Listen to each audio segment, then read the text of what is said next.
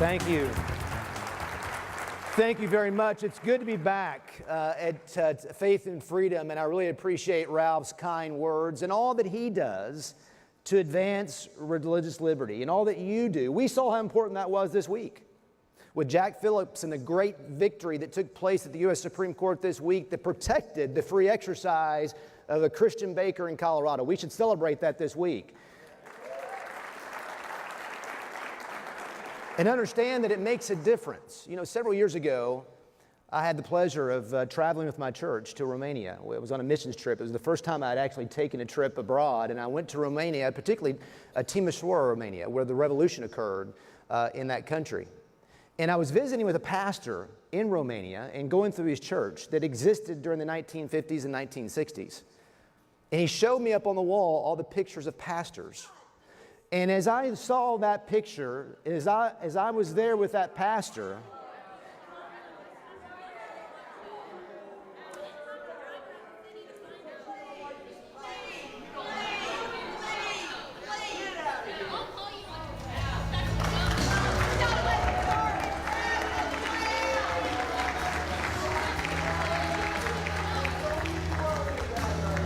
you know what's interesting about this type of discussion is here we are talking about free speech, religious liberty, and folks won't let you engage in it at times. I mean, the left doesn't want to talk about truth. The left doesn't want to talk about results. They just want to shout, and they just want to try to intimidate as opposed to talk about what's being done in this administration. There's great change happening across the country. As I was sharing with you, as I toured that church in Romania, was with that pastor. I asked him about those pictures that were up on the wall from the 1950s and 1960s. And I said, did you all meet during that time frame? And he said, yes, we met every week.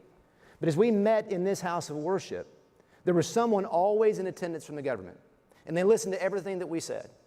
And if we took outside the four walls of this church what we learned inside the four walls of this church, we were persecuted and prosecuted. Now I will tell you, there are some in this country today that look at the issue of religious liberty. They look at the issue of free exercise of religion in the same way. They believe that we have a right to exercise our religious beliefs within the four walls of the church. But when we actually go out in the public square, when we advance truth, when we actually confront the culture with the truths of Scripture outside the four walls of the church, then that's where they say it has to stop. Thank goodness that we have a president. Thank goodness that we have a leader of this country who stands unapologetically for religious liberty, who's willing to put on the Supreme Court folks like Justice Gorsuch to say, we are going to stand for free exercise of religion and the First Amendment of the United States of this country.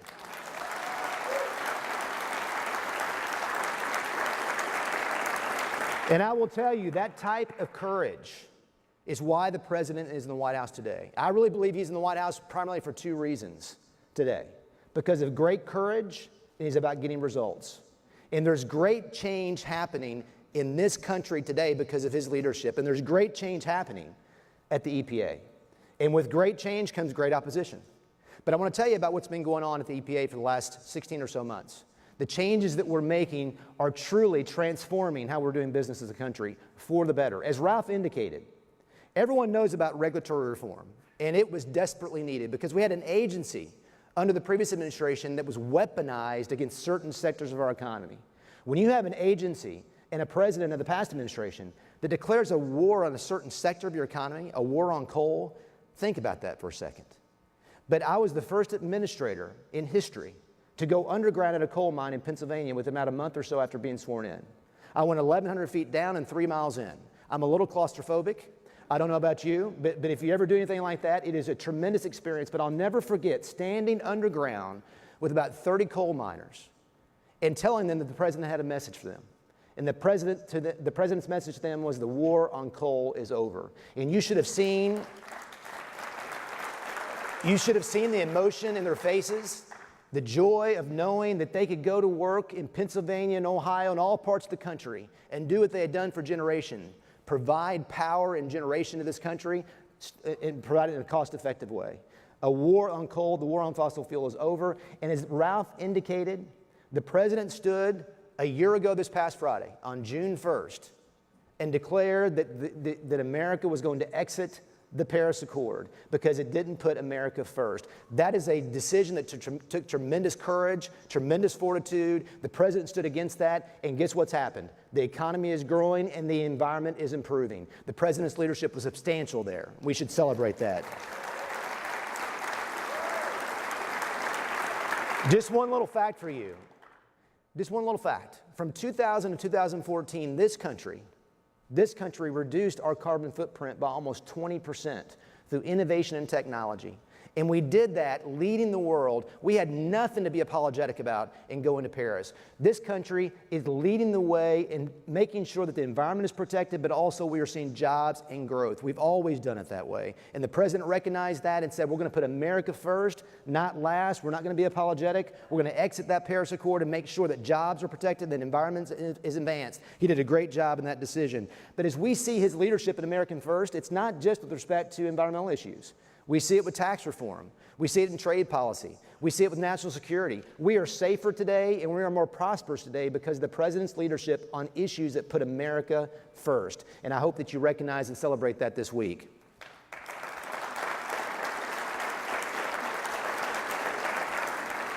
But not only has the president put America first, and not only we at the agency are seeking to see change and make sure that we make decisions by making sure we don't pick winners and losers as we make decisions and regulations.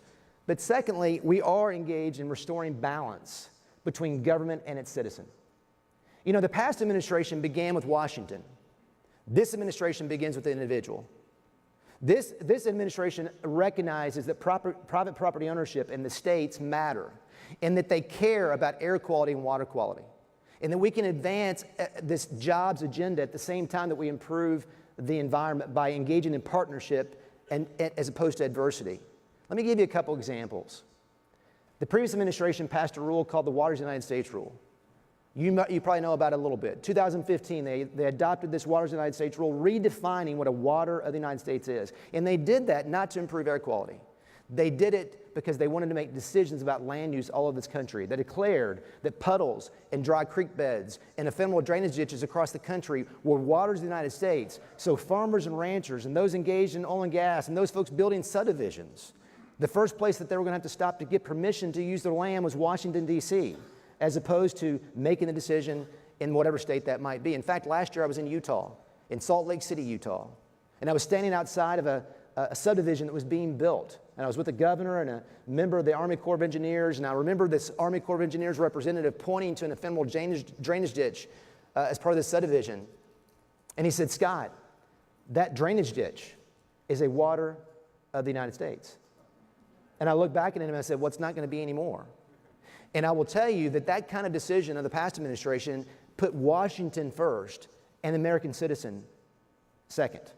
It didn't put the people of this country first in that regard. This president has made a commitment. In fact, on February 28th of last year, he signed an executive order directing me to fix that. And we are fixing that right now. And this year, there's going to be a new definition.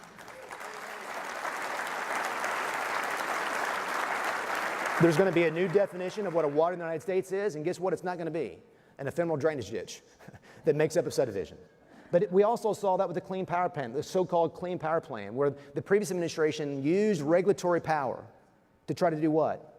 Shut down power generation in this country with respect to fossil fuels and to cause a generation shift of how we generate electricity.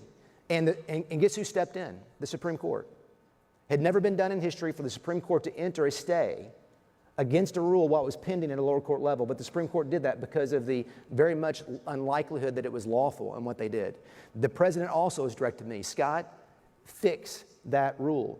Guess what's going to happen in 2018? Along with fixing WOTUS, that Clean Power Plan is going to go away, and we're going to have clarity across the country on what authority this agency has to regulate in that space and make sure that we don't pick winners and losers anymore.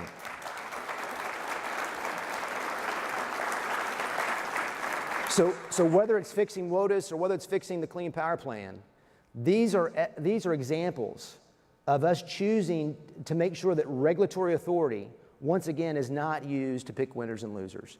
And that we recognize that farmers and ranchers in Iowa farmers and ranchers in Mississippi, those who engage in productivity and jobs across this country, they want to have clean air and clean water, and we're going to work with them to achieve that. Here's a news flash. Air quality is better in this country since the Trump administration came into play. 10% better on ozone under this administration. We have Superfund sites, those sites across the country that we clean up. This year, we will see as many as 10 times the number of sites cleaned up under this administration than what existed with the Obama administration in 1 year. We are making progress at the same time that regulations are being decreased. Now, let me say this to you. There are many here in Washington, D.C. that tell you and tell folks all over the country that we have to choose between jobs and protecting the environment. That is a false choice. This country has never done that. Since the 1970s, when the Clean Water Act and Clean Air Act were adopted, we've seen almost a 75% reduction in air pollution under the Clean Air Act at the same time that we've grown our GDP by almost 270+%. This country does it better than anybody in the world at advancing jobs, at advancing the economy, and protecting our environment. You know why? Because you care. Because of private property ownership, because of people saying we can do both.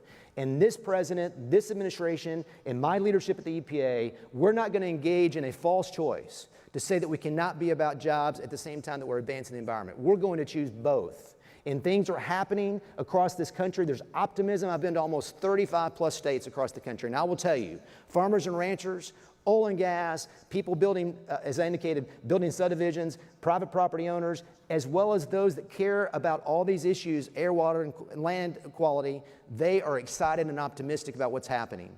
And that is something that we should celebrate as a nation, and we should export to the rest of the world and not be apologetic about that. It's an exciting time.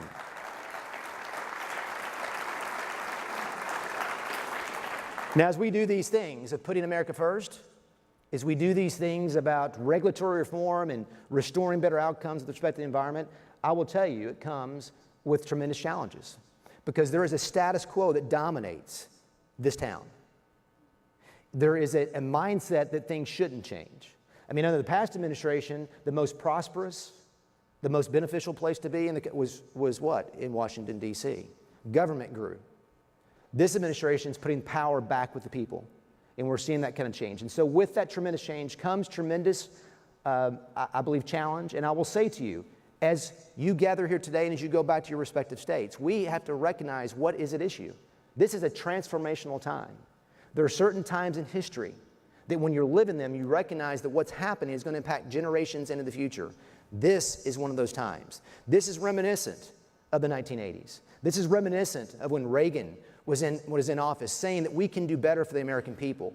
We must embrace, we must advance, we must make change to ensure that future generations recognize that we can achieve better outcomes for the environment and also jobs and not engage in this false choice. We've got to take that message across the country. And I would say this to you, and I would ask your help in this regard. We as an American people need to ask and answer the question, what is true environmentalism? Because there have been those in this town for the last decade or so that have told us that the answer to that question is prohibition. That though we have all these natural resources we've been blessed with, we should put up fences and do not touch. Now, I believe to whom much is given, much is required. And I believe this nation has been blessed with enormous natural resources. And we have an obligation to feed the world, and we have an obligation to power the world. And God has given us those resources, and we should do what with them? Use them for the betterment of mankind, and also do so with stewardship mentality going forward. I would submit to you that true environmentalism is not prohibition. True environmentalism is stewardship. And we as an American people do it better than anybody in the world in that regard. We need to embrace that message, advance that message, and ensure that this country doesn't revert back to the false choices, the regulatory power of agencies picking winners and losers, of saying to you and me that we have to choose between jobs and environment. We must choose a better path. The American people deserve a better future in that regard, and this president is leading that effort, and I ask for your help. He asked for your help to advance that all over the country to ensure that as we make these changes during this key time, that future generations recognize that this country is a blessed country, and this country has an opportunity to be a beacon to the rest of the world.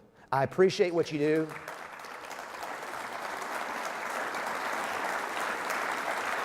I appreciate what you do. I appreciate your encouragement. I appreciate your support. And I just pray that as we gather and we go out from here, that we continue to advance the message of religious liberty, of free exercise, of freedom generally, but recognizing the choices we're making today are transformational for the future. God bless you, and I appreciate the time.